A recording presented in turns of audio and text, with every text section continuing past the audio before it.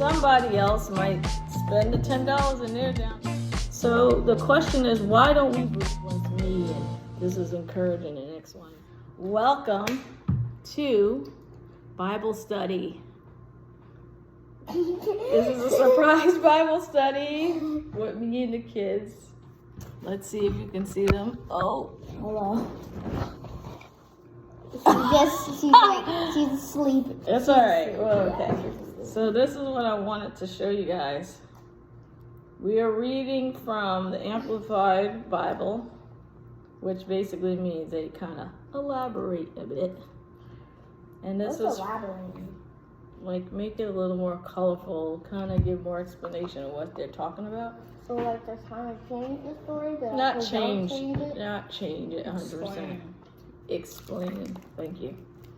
All right. So what I want to show you guys is 1 Kings 17.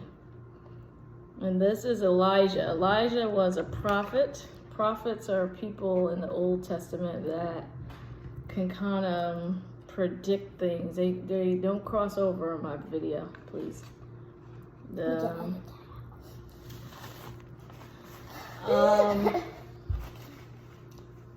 We could actually. Yeah.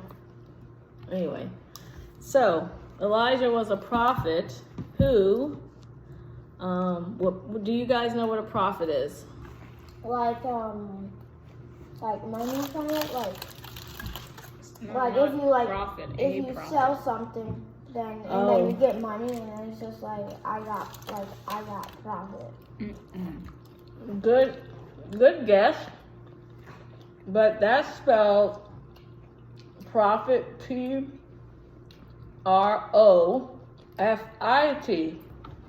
The prophet I'm talking about is Prophet.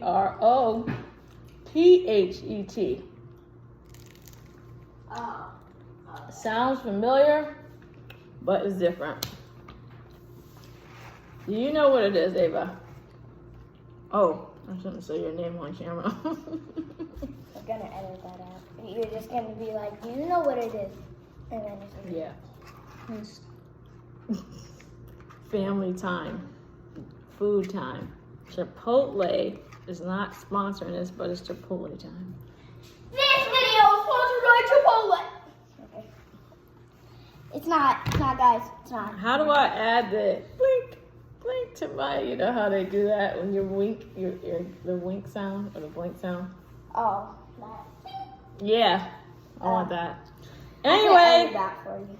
so Elijah, this is called the Elijah and the widow Zarephath. I think that's how you say it. That's her name. So here comes the story. I need you to sit down though, so you can listen. Sometime later, the brook dried up because there had been no rain in the land. Then the word of the Lord came to him, talking about Elijah. Go at once to Zarephath in the region of Sidon and stay there. I have directed a widow there to supply you with food. So he went to Zarephath, and when he came to the town gate, you have to empty that too, by the way. Anyway.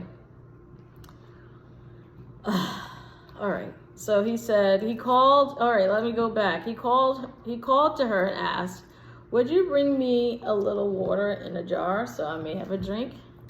As she was going to get it, he called, and bring me please a piece of bread.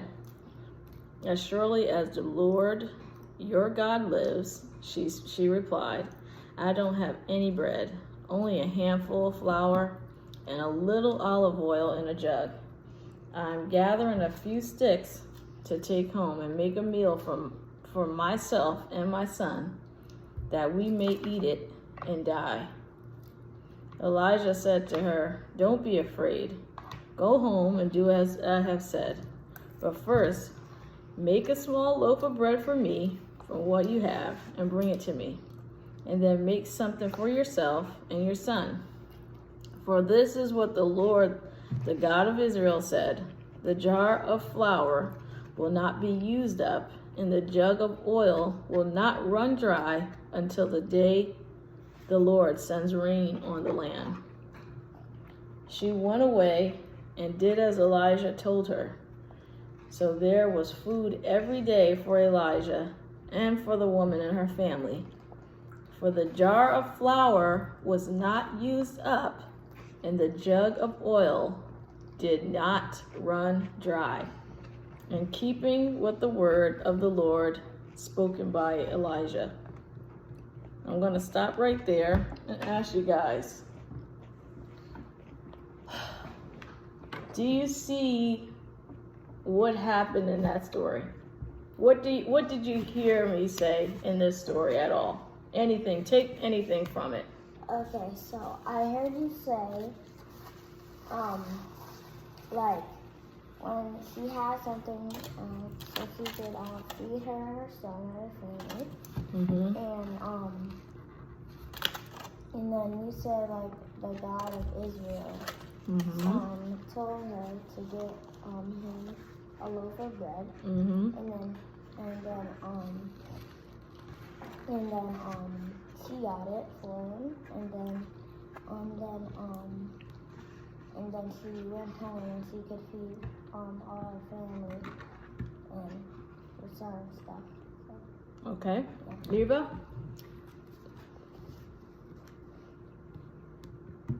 What did you hear?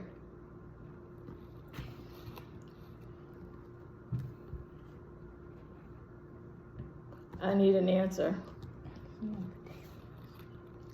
It is the day for this. I mean, like, it is the day for this. So give me one thing that you heard. What? The fact that... Like, you can...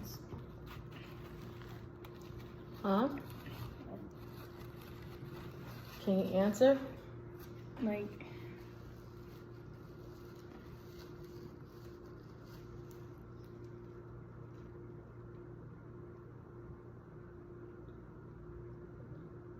No?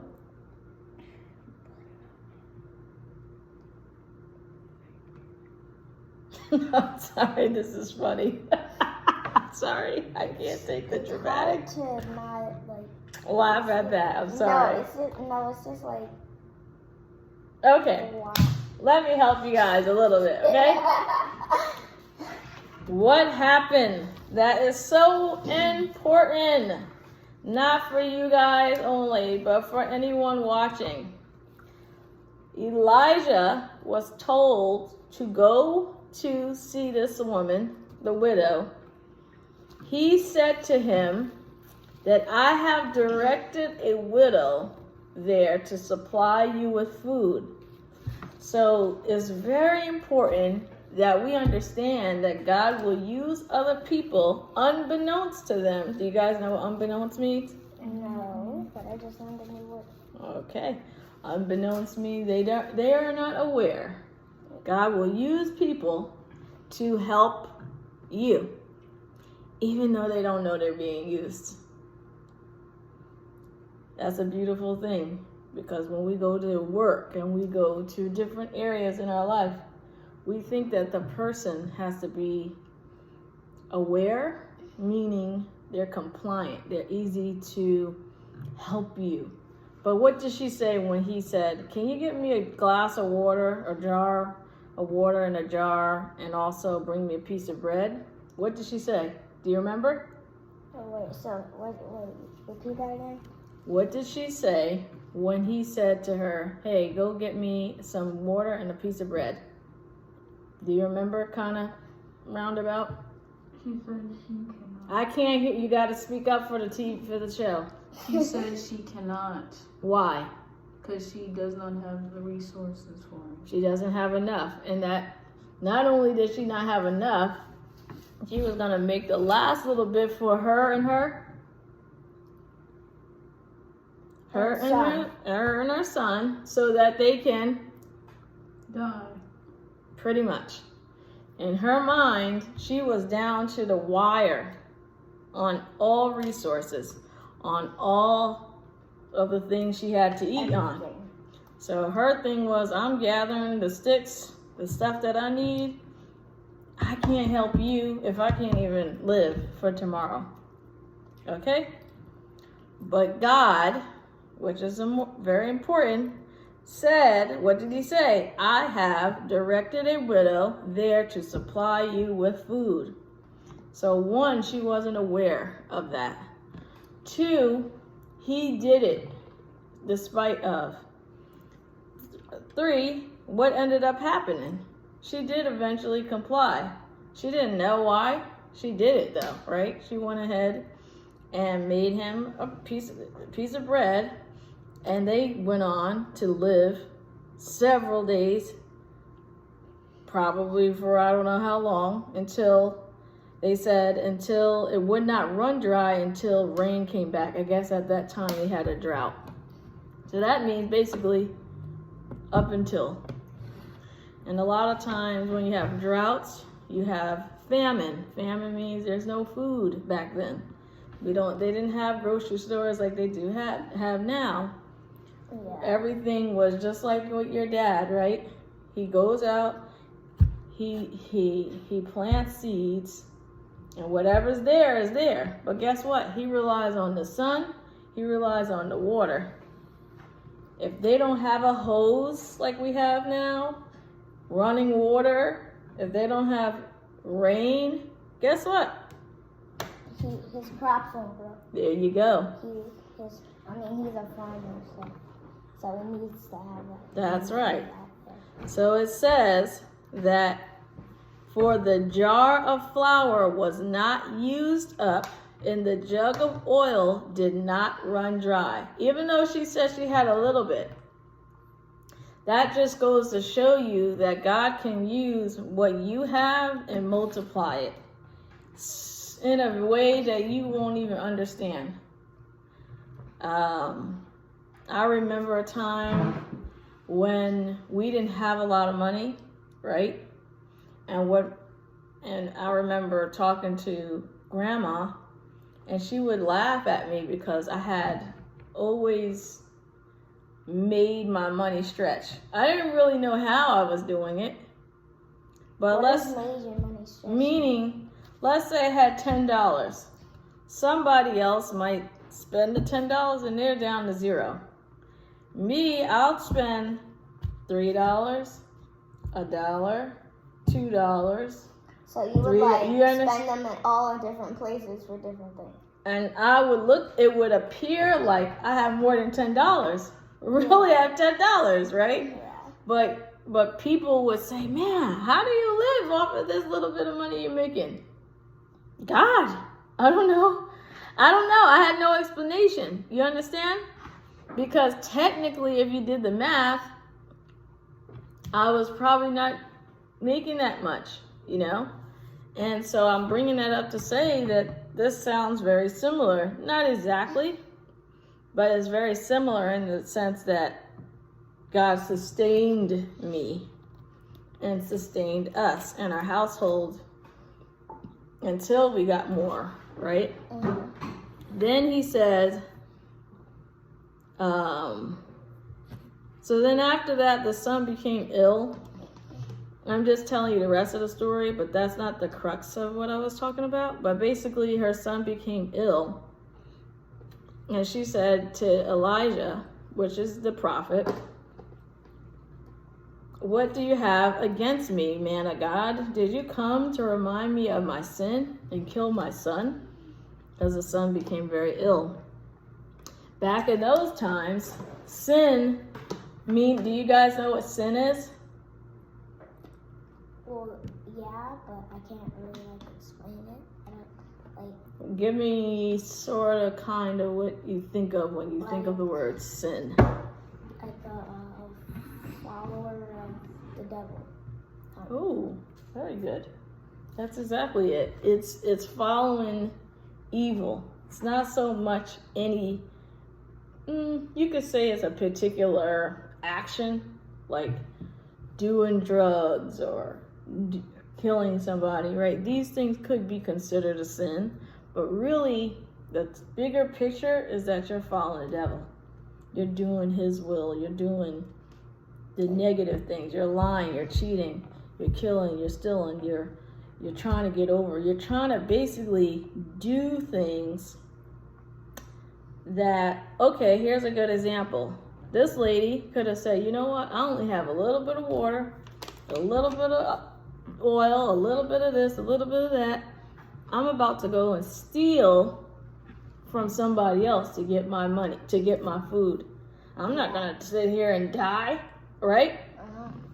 But she, even though she didn't have faith, she still didn't hurt anybody, right? She just said, you know what, I don't have it. I'm just going to sit here. I'm just going to die, me and my son, right? So she did that because she didn't see, her physical eyes saw, all I have is this bottle of water. This is it. And if I live off, I don't know how long we're going to live off of this, but guess what? Every time she would drink, it would give her enough. It would give her enough. It wouldn't go down, right? So my point I'm trying to make is, it'll be like an infinite water. Right. I didn't even mean to word it like. I didn't mean to what say is that? it. Is that some kind of like No, game? It's a Minecraft. Yeah, it's like called an infinite water source, but I didn't mean It's to true, word it like that. but it's true. I It didn't is mean to infinite make in it a way. like that. But anyway, the point is that God is never going to leave you, and He's not going to forsake you. Even though she didn't have faith, even though she didn't really know, she could just see this. This is all she saw. Look, imagine this is all we have, and there's no way of knowing we're getting food again. You would obviously come to the conclusion and think, well, I guess that's it, right? But see, God showed us here that He made this thing stretch. He allowed this to provide for the person, for as long as it needed to be. Okay? More than that, she then thought that Elijah came there not because he was trying to help her, but also to make her son fall sick. Right? Because he got ill. And this is what it says. Sometime later, the son of the woman who owned the house became ill. He grew worse and worse and finally stopped breathing. She said to Elijah, "What do you have against me, man of God? Did you come to remind me of my sin and kill my son?" Because back then, sin wasn't covered by Jesus. Jesus came to die for our sins, right? But at that time, it was like if you sinned, you had to do something to fix it. Like it's like a work, you know. You do this, you do a good deed, you kill an innocent animal, you shed blood of that animal, and God would forgive you. So then he decided, you know what? This is not working. These people are not being obedient. So I'm going to send my son, Jesus, a.k.a. Emmanuel, a.k.a. Yeshua. He has a lot of names, but he comes down. He comes through Mary, Mother Mary, his mother. Yeah. Through the Spirit. She didn't have a son like how I had you and how I have you. She had a son like as if God just put the baby here. Yeah. And his other spirit, and the reason why he did that is so that he could die, similar to the way they did before, for our sins. But his blood is pure, because it means that he was not of sin. So I'm just showing you that because here she's thinking she's getting a reward for her bad behavior through her son, or she's getting a consequence for her sin. But then he says, "Give me your son." He took him in his arms, carried him up to an upper room where he was staying, and laid on the bed. Then he cried out to the Lord, "Lord, my God, have you brought tragedy even on this widow I am staying with by causing her son to die?" Then he stretched out on himself on the boy 3 times and cried out to the Lord, "Lord, my God, let this boy's life return to him." The Lord heard Elijah's cry, and the boy's life returned to him, and he lived. Elijah picked up the child and carried him down to the room from the house. He gave him to the mother and said, "Look, your son is alive." Then the woman said to Elijah, "Now I know that you are a man of God, and that the word of the Lord from your mouth is truth." So sometimes God will give us tests, give us experience to grow our faith, to show.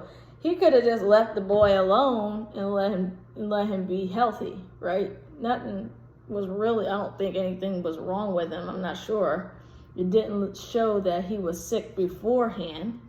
Seemed like he was a normal boy, right? Yeah, he was fine. But then all of a sudden he fell ill.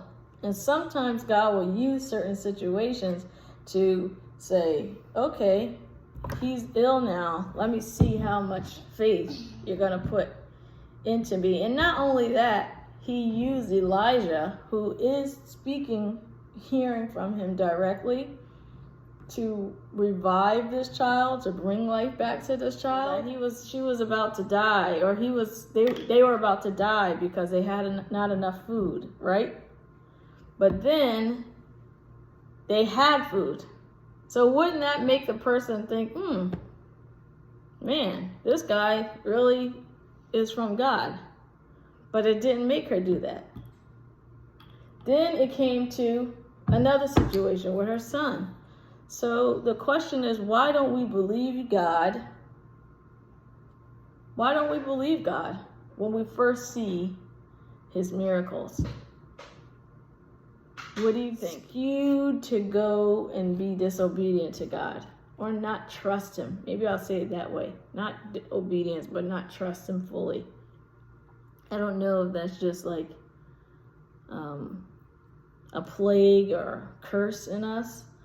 But for some reason, this lady, one moment, thought she was literally going to die.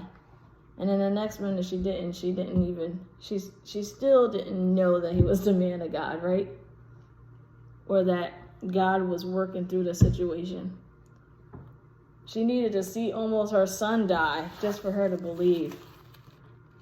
So, but I thought the reason this passage is so beautiful for me and amazing is the fact that how God helped her live and gave her from this little cup, gave her a whole pack, a whole gallon, right, or whatever, infinite water supply. Do you guys? What do you guys think about that? Just the fact that he blessed her to keep her alive.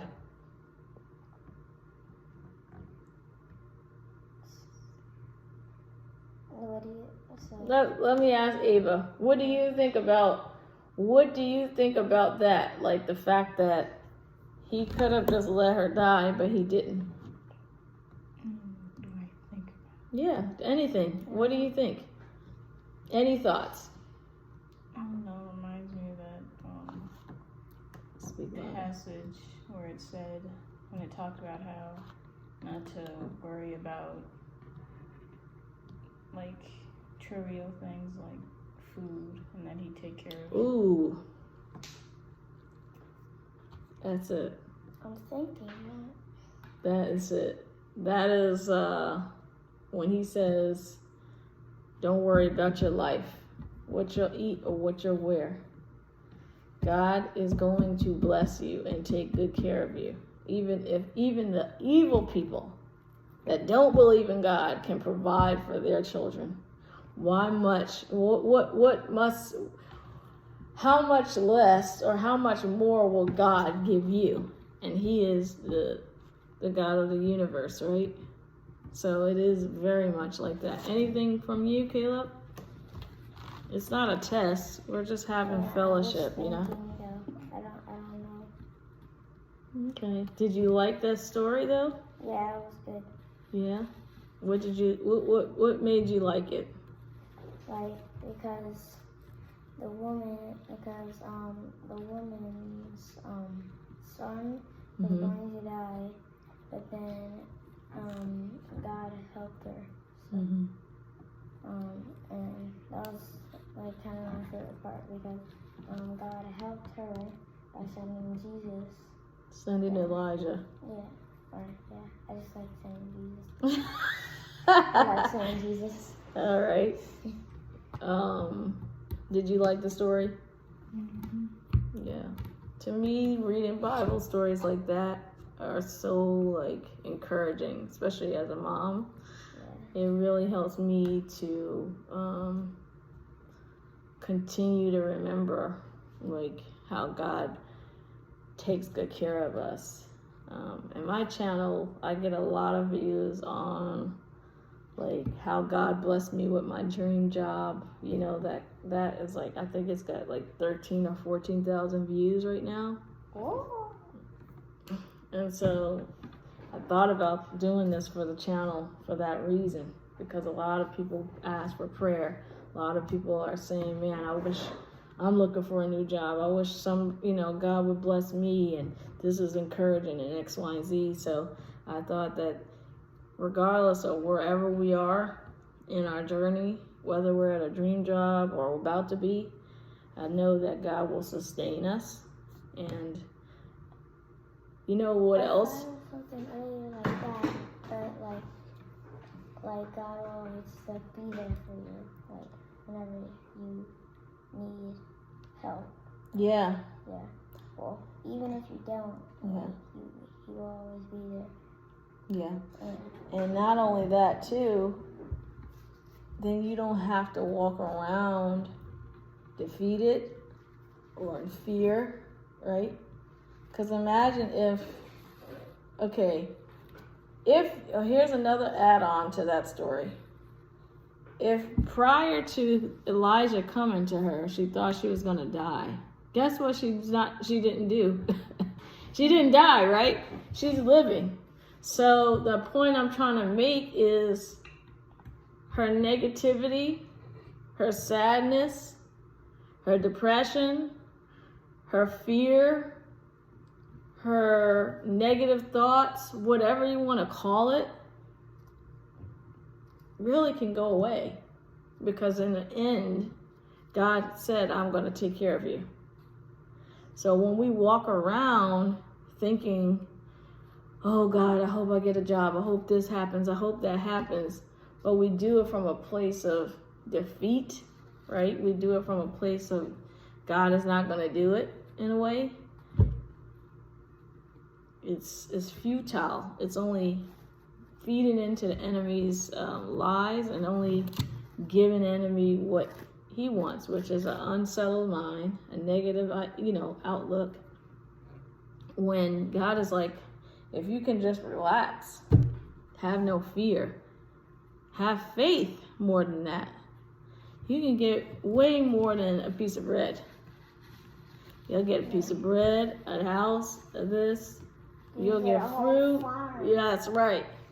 But a lot of us walk around in fear because we don't have faith. We don't know that we know that God is going to be there for us. We say it right now. We say it with our mouth. We say it with our, whatever. But really, do we know? And that's the question for you guys. Do you know that God will take care of you? And I can say, without a doubt, God has definitely taken care of me. I have so many stories around the fact how God keeps taking care of me. Even now, with a little bit more in my pocket, look, I have a new HVAC system I had to replace, new car repair issues or car repairs I had to pay for. My other unit needed service, plumbing stuff. All this stuff is happening like within the last month. Jeez. And more than that, last year I had to get my house painted and pay for lawyers' fees and stuff, which costs thousands and thousands and thousands and thousands and thousands and thousands and thousands and thousands and thousands. No, but it costs money, and I'm like, yo, I have money, but I ain't got it like that. I ain't Beyonce out here, right? So it can make you feel like, whoa, I don't have enough, but God continues to show me that He got me, and He got you, and He has you. Do you guys know that? He has you, and you, and you, and you, and you, and you, and all of your backs. Peace. Thank you.